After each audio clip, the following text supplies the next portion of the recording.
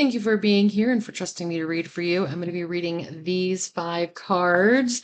We're going to be using all of these decks. So we're going to start with the fear that you need to overcome to get into a relationship. So this would be if you are single or if you have someone that you're kind of like talking to, but you're not in a committed relationship.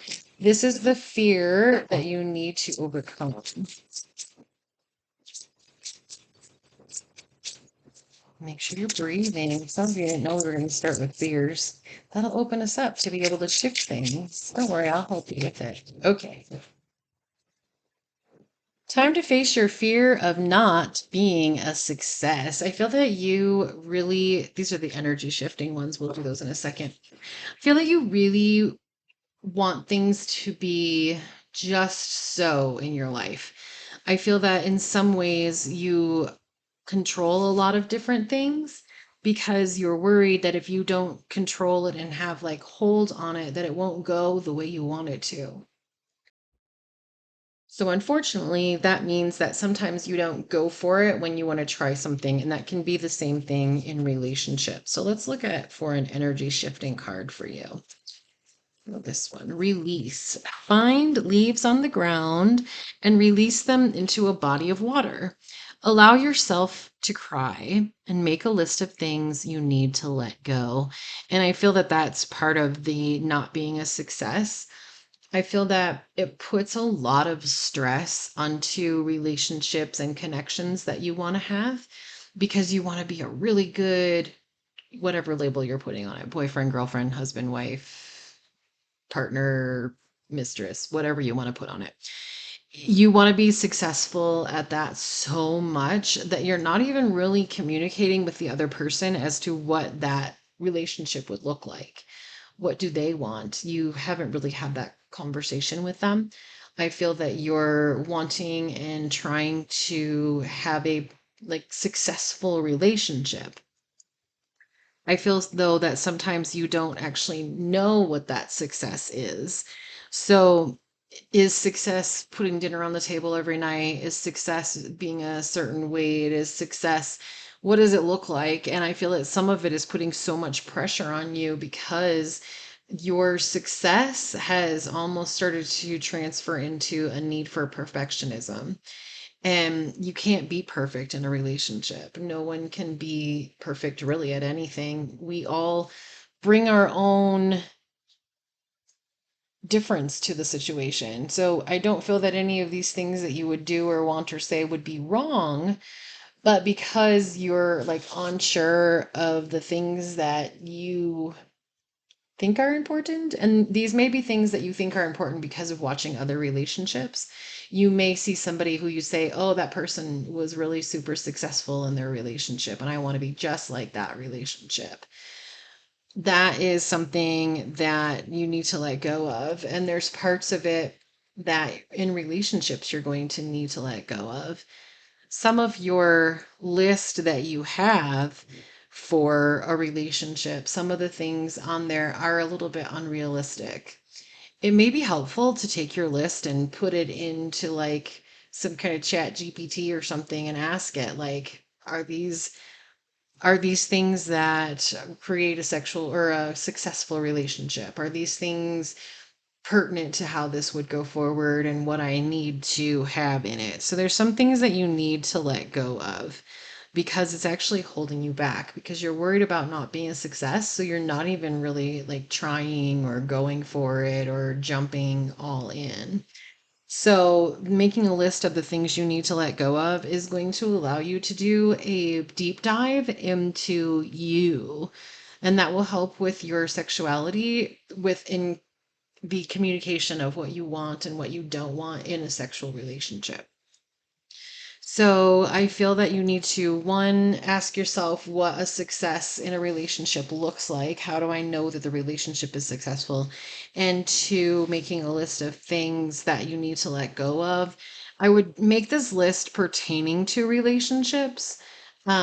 There may be some things that you feel like, oh, this is like required for a relationship because of the fact that maybe your religious upbringing or the foundational aspects of when you were learning about what relationships look like, you may have had somebody in your life who was like a super high achiever. You know, your mother-in-law might be Martha Stewart. Like, there's just some aspect of yourself where you're like, I need to be a success, and I'm afraid of not being a success, so I'm not going to do anything.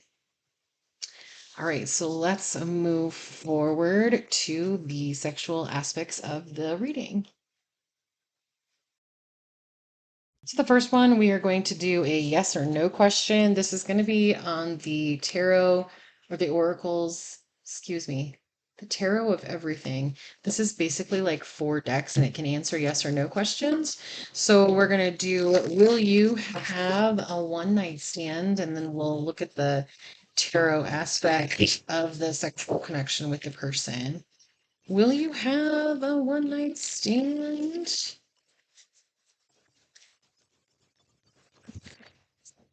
It's showing as yes, but it will cause you a friendship. I feel like for some of you, you may have the idea that having that one night stand is going to be bringing that person closer to you because of the lack mentality. I feel like some of you, this person has been stringing you on for years, and that's why it's like, I really want this to work out. I really want to have this connection.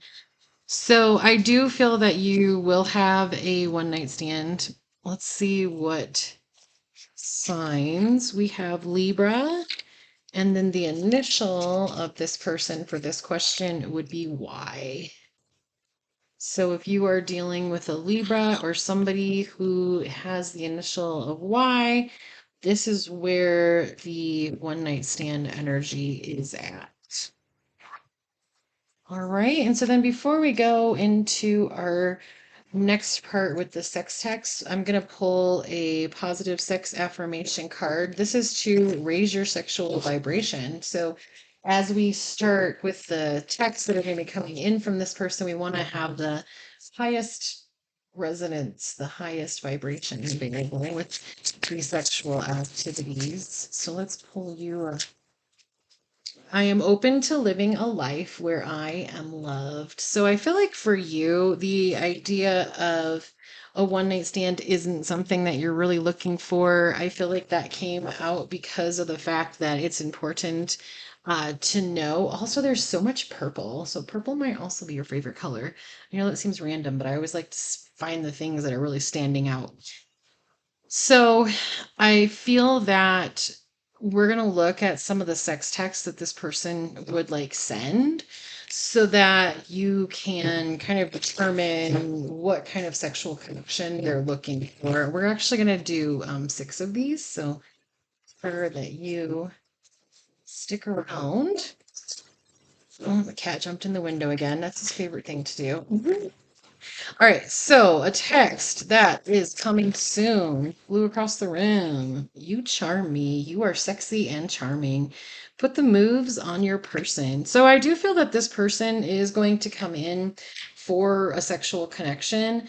I do feel that if you are connecting with this person and they're not somebody that you identified with, they may also want to have more than a one night stand because they're finding you so charming. When they're finding you charming, you may also be doing like laws of attraction and like writing things out about them and wanting this. So you're actually like charming the relationship. So you may be doing like different spells or things that you're wanting to kind of almost like move the energy, and you're really going to want to make sure that you're not trying to manipulate a person into a connection with you. That's super important. So the next one is don't ignore this sext. Don't ignore this sext. Don't ignore it. Call me, talk dirty. This person has some naughty things to say. So I feel like you don't want to ignore the sex because if you're looking for a connection with them, and you're wanting to connect with them, I feel like we're dealing with 2 groups of people. We have one group of people who was like, I would love to just have a sexual connection with them. But then for some of you, you're like, I'm looking for love. That's what I really want. So let's find out what they are nervous about. What are they nervous about? Kiss me, make out. This person wants to make out with you all day. I feel that the two of you are relatively like new to the sexual connection.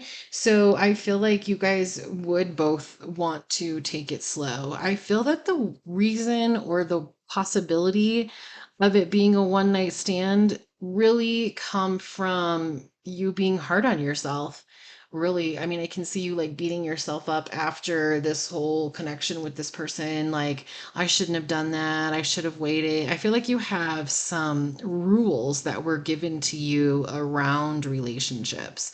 They may even be like, you have to wait till you're married. Like, there's some really strong rules that I feel are making you feel like you wouldn't be a success. And I feel like the success is to you like a committed relationship, which is fine. You can totally get to that point.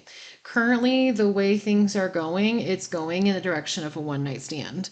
And I believe that the reason it's going in the direction of a one night stand is because of feeling like, okay, well, I guess if I don't, jump into this, things won't go the way I really want. This person doesn't really love me. Maybe they will love me if we have a sexual connection. Make sure that you know what your boundary is outside of what that person wants. Boundaries exist without the other person being there. We're at 5 minutes and 55 seconds, so we have 555, which are about big changes and not holding on too tight. So you may make some changes in what you believe. Do you believe it's okay to kiss the person? Do you believe it's okay to talk dirty with the person? You're going to need to find out what your boundaries and beliefs are when it comes to the sexual relationship with this person. And I feel like with the affirmation that came out, I'm open to living a life where I'm loved.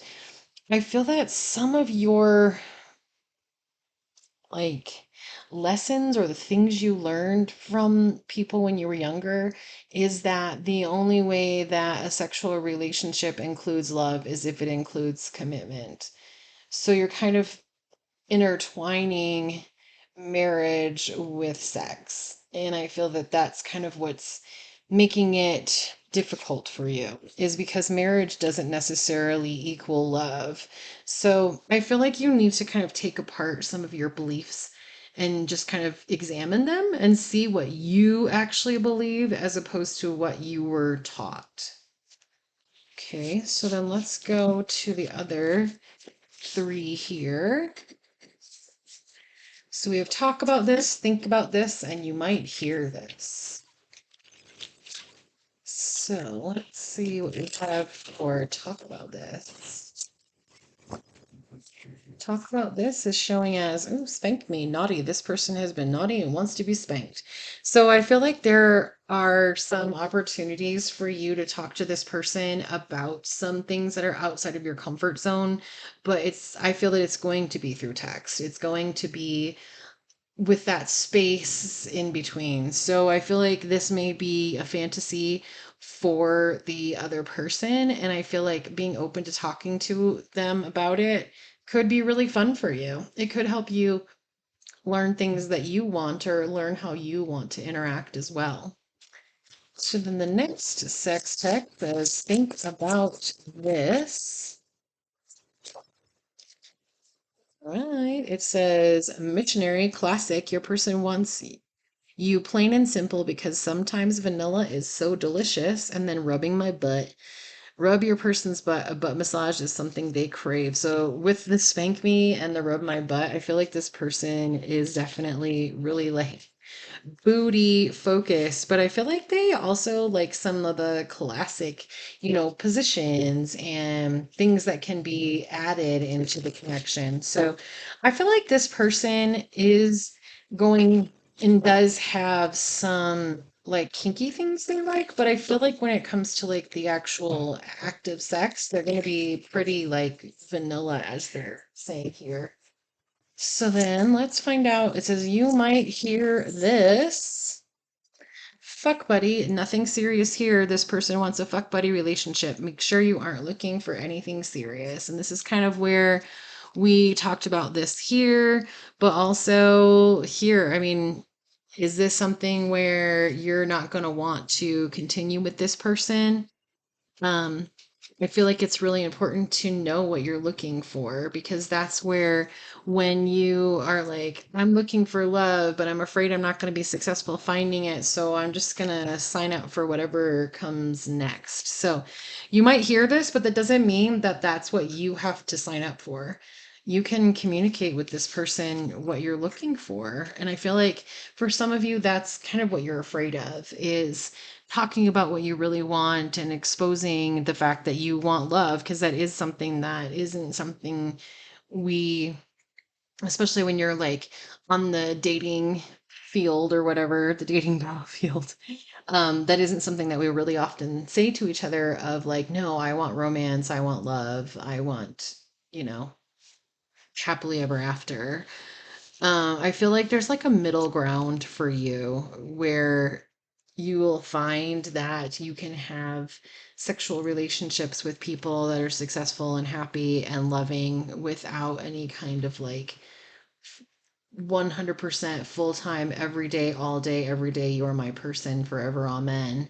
I feel like you may actually have some good times, but it's going to be you deciding what your level of connection and what you want. Look at all that purple.